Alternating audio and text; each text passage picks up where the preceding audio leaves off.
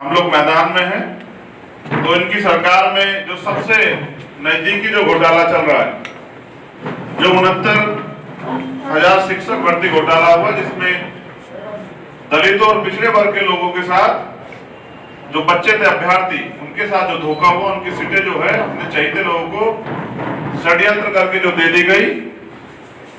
जो पिछड़े वर्ग और दलित वर्ग की पार्टियां वो सब चुप रही, लेकिन आजाद समाज पार्टी ने अभी पिछले इसी महीने में पूरे उत्तर प्रदेश में सभी जिला मुख्यालयों पे माननीय राष्ट्रपति महोदय के नाम ज्ञापन दिया और ये मांग की कि सरकार को ये गैर संवैधानिक कार्य करने से रोका जाए। अगर अब भी सरकार नहीं मानती तो फिर दोबारा से जो है एक दिवसीय आंदोलन जो है उत्तर प्रदेश में सभी जिला मुख्यालयों पर किया जाएगा।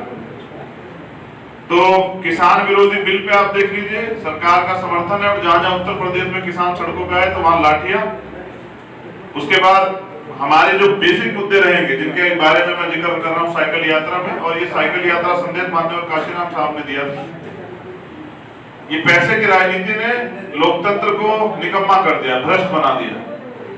गरीब आदमी चुनावी राजनीति में उतरने के लिए तैयार ही नहीं है, क्योंकि उसको लगता है कि उसके पास तो पैसे नहीं है। तो जो लोग वोट देते हैं उनको तैयार करने के लिए साइकिल रैली है कि लोग सशक्त हों, लोकतंत्र में अपनी भूमिका को समझें और ये भी समझें कि वोट का अधिकार जो है, उस वोट के अधिकार के बलबूते गरीब का बेटा भी जो है विधायक और एमपी बन सकता है।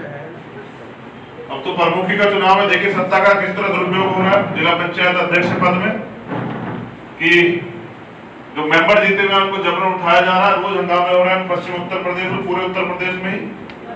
तो जातिगत जनगणना ओबीसी वर्ग की जो हो, जो जरूरी भी है, क्योंकि मुझे लगता है जब उनकी जनगणना नहीं होगी तो उनके विषय पे बात ही नहीं होगी, उनके लिए नीतियां कैसे बनेगी।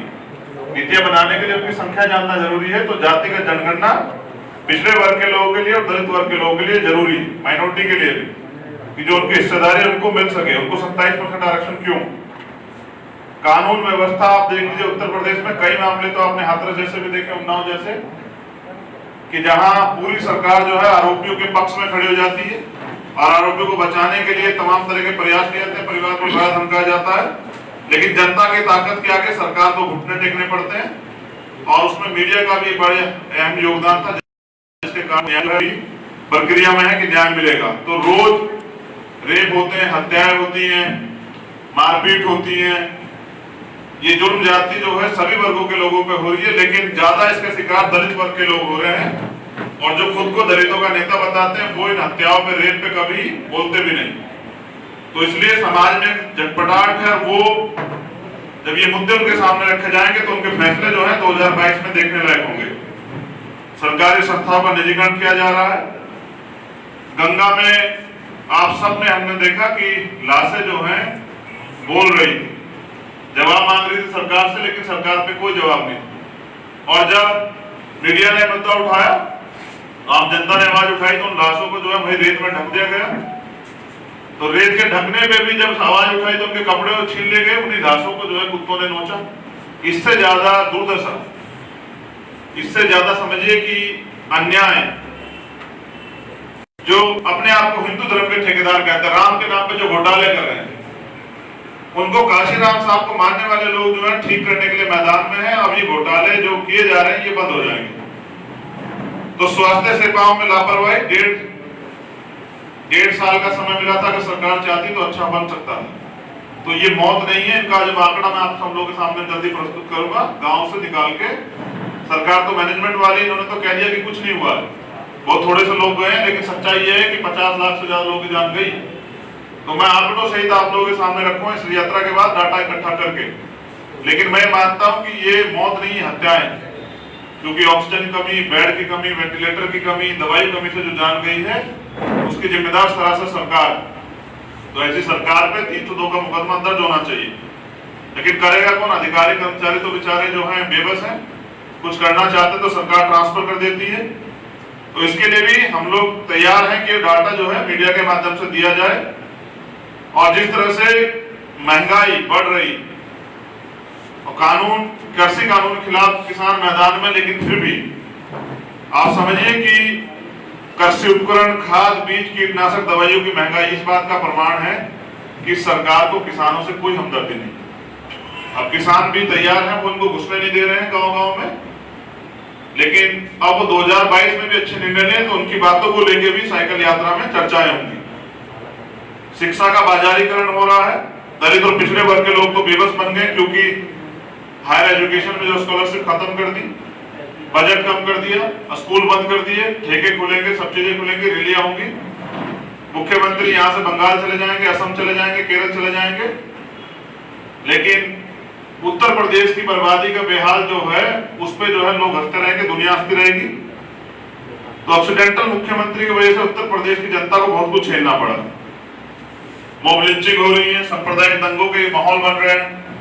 अब मैं इस पे साफ तौर पर कहना चाहता हूं कि वो किसी जाति धर्म के लोग हों, ये प्रदेश और देश सबका है। अगर सरकार ये सोचती है कि राजनीतिक स्वार्थ में भाईचारा बिगाड़ने का काम करे तो इस भाईचारा को मजबूत करने के लिए जाति तोड़ो समाज तोड़ो, भाईचारा बनाने के लिए गांव में नुक्कड़ सभाएं, तमाम तरह की जो है सांस्कृतिक प्रोग्राम किए जाएंगे कि सभी वर्गों के लोगों में भाईचारा बना रहे। ये भाईचारा सरकार के हथकंडों पे जो है ना टूट ना जाए। डीजल पेट्रोल के दाम बढ़ रहे हैं तो अभी तो विरोध भी नहीं करते, एस्मा लगा रखा है, कोई सरकारी अधिकारी कर्मचारी विरोध नहीं करेगा 6 महीने के लिए। लेकिन वहीं जब इनकी सरकार नहीं थी तो ये रोज गैस सिलेंडर गले में टांग के घूमते रहते थे, सब्जियों के भी हार बनाते थे। लेकिन आज डीजल पेट्रोल के दाम जो है ना वो आसमान छू रहे हैं, शतक लगा दिया, लेकिन कोई बोलने को राजी। इसके लिए सबसे बड़ा कारण यह है कि सरकार कहने को तो सबके साथ सबके विकास की बात करती है, लेकिन विकास तो जो है मुख्यमंत्री और आरएसएस बीजेपी के लोगों का हो रहा है, विनाश जो उत्तर प्रदेश की जनता का हो रहा है। अगर स्पेशल बात करूं, जिन वर्गों के लिए हम लोग काम करें, दलित, पिछड़े, आदिवासी, मुसलमानों या सिख, बुद्धिस्ट, पारसी, जैनों के लिए तो जीना जो है उनका दुर्भर हो गया, वो पलायन की स्थिति में है। और जो लोग दूसरी सरकारों का आरोप लगाते थे तो मैं उनको भी अच्छा नहीं कह रहा हूं, मगर ये कह रहा हूं कि यहाँ डीएमएसएसपी चेक कीजिए कौन किस जाति के बैठे हुए हैं। दलित पिछड़ों में तो मुझे लगता है सरकार ने साबित कर दिया काबिलियत नहीं है। इसका जवाब जो है बहुत जल्द जो है उत्तर प्रदेश की जनता देगी। और मैं साफ तौर पे आपसे कहना चाहता हूं, कई डिपार्टमेंट के लोगों की मेरे पास एप्लीकेशन है, वो उनके यहाँ पे जिस तरह का जो है चीजें की जा रही है, वो आंदोलन और सब चीजें करना चाहता। मैं अभी इसलिए उनके नाम जाहिर नहीं कर रहा हूँ क्योंकि मैंने उनसे कहा कि आपको अपनी लड़ाई की शुरुआत करनी पड़ेगी, फिर आजाद समाज पार्टी आपका सहयोग करे, क्योंकि हर शोषित पीड़ित के साथ आजाद समाज पार्टी खड़ी। तो मैं मीडिया के साथियों का भी धन्यवाद करता हूं कि आप उत्तर प्रदेश में सरकार की जो बेहाली है, जो आम जनता के साथ हुई है, उसकी मांग को आप उठाते रहते हैं। आपकी वजह से आम जनता आप पे भरोसा करती है, उसको सुनती है और वो ये समझती है कि सरकार ने पिछले 4.5 साल में उनको क्या दिया है। नौजवान बेरोजगारी का की दर देख लीजिए, अगर कोई सवाल करेगा तो जो घोटाले होंगे, और सवाल करेगा तो मुख्यमंत्री लाठियां बजाएंगे। मैंने तो लखनऊ में बहुत सारे किस्से देखे। तो ये जो बोलने का अधिकार छीना जा रहा है, ये तानाशाही है। इस तानाशाही का जवाब जनता देगी।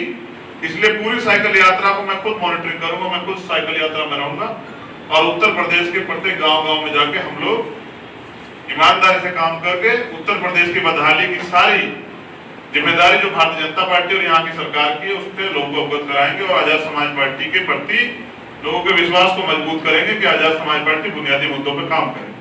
बहुत बहुत धन्यवाद। अगर मीडिया के साथी कोई सवाल है तो